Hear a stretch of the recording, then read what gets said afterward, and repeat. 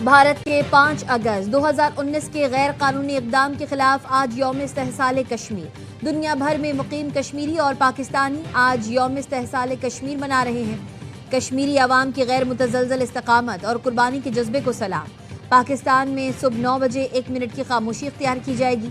مرکزی ریلی اسلام آباد میں نکالی جائے گی۔ صدر آصف علی زرداری اور وزیر اعظم شہباز شریف کا کشمیری عوام سے مکمل یکجہتی کا اظہار۔ بیانات میں کہا، بھارت کا یک طرفہ اقدام عالمی قوانین کے خلاف ہے۔ مقبوضہ کشمیر کی متنازع حیثیت تبدیل نہیں کی جا سکتی۔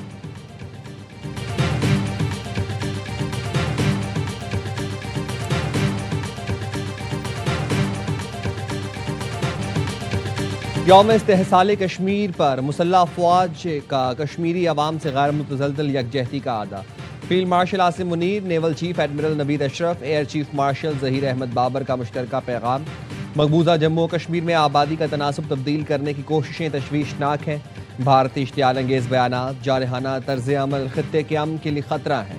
جنوبی ایشیا میں پائیدار امن مسئلہ کشمیر کے منصفانہ حل سے مشروط ہے۔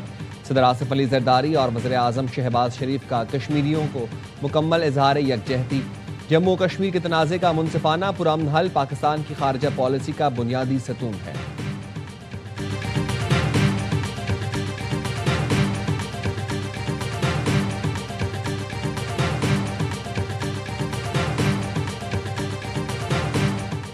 نائب وزیر اعظم اسحاق ڈار نے کہا ہے کہ بھارت کے 5 اگست 2019 کے اقدامات گہری تشویش کا باعث ہیں۔ بھارتی اقدام کا مقصد کشمیری عوام کے حقوق اور امنگوں کو مجروح کرنا تھا۔ پاکستان کشمیری عوام کی سفارتی، سیاسی اور اخلاقی حمایت جاری رکھے گا۔ سندھ کے سینئر وزیر شرجیل انعام میمن کا کہنا ہے کہ پیپلز پارٹی ہمیشہ کشمیری عوام کے حق خود ارادیت کی مضبوط حامی رہی ہے۔ بلاول بھٹو کی قیادت میں کشمیری عوام کی آواز ہر عالمی فورم پر بلند کرتے رہیں گے۔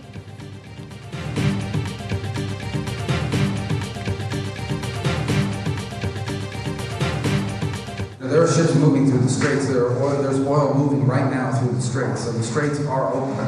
And we are involved in between Oman and Iran on how more ships can be able to go through there safely in the short term as we move towards these longer term talks about denuclearization. Iran سے آبنہ Hormuz پر معاہدہ آج یا کل ہو جائے گا، امریکہ کا دعویٰ۔ امریکی وزیر خارجہ مارکو روبیو نے کہا، آبنہ ہرمز میں محفوظ جہاز رانی سے متعلق عمان اور ایران کے ساتھ مذاکرات میں پیش رفت ہوئی ہے۔ جہازوں کی محفوظ آمد و رفت کے لیے بات چیت جاری ہے۔ امید ہے معاہدہ جلد طے پا جائے گا۔ امریکی وزیر خزانہ اسکاٹ بیسنٹ نے کہا، آج یا کل آبنہ ہرمز دوبارہ کھولنے کا معاہدہ طے پانے کا امکان ہے۔ معاہدے کے تحت آبنہ ہرمز میں تجارتی جہازوں کی آزادانہ آمد و رفت یقینی بنائی جائے گی۔ امریکی افواج کی جانب سے ایران کی ناکہ بندی جاری۔ سینٹ کام کے مطابق امریکی فوج دوبارہ ناکہ بندی کے بعد 45 تجارتی جہازوں کا رخ موڑ چکی۔ امریکی فوج نے کارروائی کرتے ہوئے 2 جہازوں کو ناکارہ بنایا۔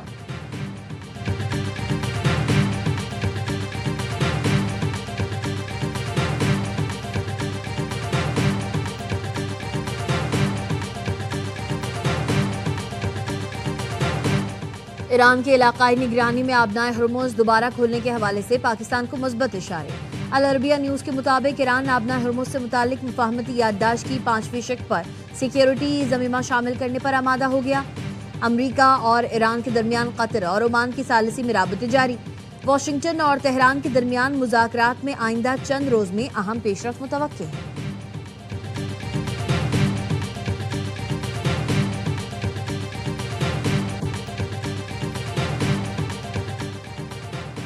یمن کے ساحل کے قریب حملے میں بھارتی تجارتی جہاز غرقاب۔ یمن کے وزیر ٹرانسپورٹ کے مطابق ایران نواز حوثی باغیوں نے تجارتی جہاز پر حملہ کیا۔ دھماکہ خیز مواد سے لدی کشتی کے ذریعے جہاز کو نشانہ بنایا گیا۔ جہاز پر موجود 13 بھارتی شہریوں سمیت 14 افراد کو بچا لیا گیا۔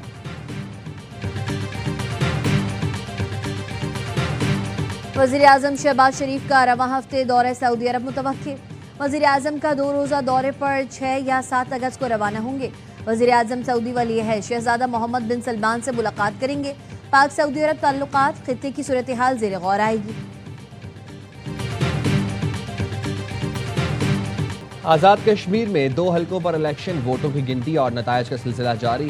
نون لیگ پی پی اور آئی پی پی میں مقابلہ۔ LA 27 مظفر آباد 1 پر پیپلز پارٹی کے سردار جاوید ایوب آگے۔ استحکام پاکستان پارٹی کے سردار تبارک علی دوسرے نمبر پر ہیں۔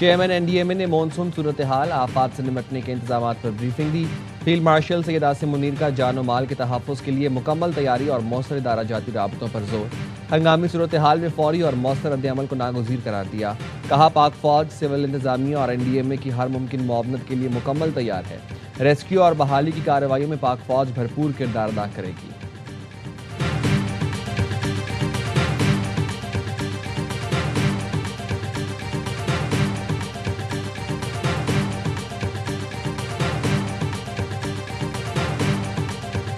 نہ صرف یہ کہ وزیر داخلہ صاحب نے کوشچن کیا ہوا، لیکن ایک اہم حکومتی اتحادی نے سوالیہ نشان اٹھائے ہیں اور انہوں نے بھی وزیر اعظم کو دھاندلی زدہ قرار دیا. وزیر اعظم اعتماد کو بیٹھے بالفور اسمبلی کا اجلاس بلا کر کے اعتماد کا ووٹ لینا چاہیے. PTI کا وزیر اعظم سے اعتماد کا ووٹ لینے کا مطالبہ. چیئرمین بیرسٹر گوہر نے کہا وزیر داخلہ نے سوال اٹھایا اور اہم اتحادی نے بھی وزیر اعظم کو دھاندلی زدہ قرار دیا. حکومتی اتحادی کے سنگین الزامات کے بعد داستان ختم ہو چکی. روایت کے مطابق اتحادی کے اعتراضات پر وزیر اعظم کو اعتماد کا ووٹ لینا ہوتا ہے. موجودہ حالات واضح کر رہے ہیں کہ وزیر اعظم ایوان کا اعتماد کھو چکے. بیرسٹر گوہر نے کہا موجودہ سیاسی نظام کو ریسیٹ ہونا چاہیے. قومی حکومت کی ضرورت ہے، دوبارہ الیکشن کرائے جائیں.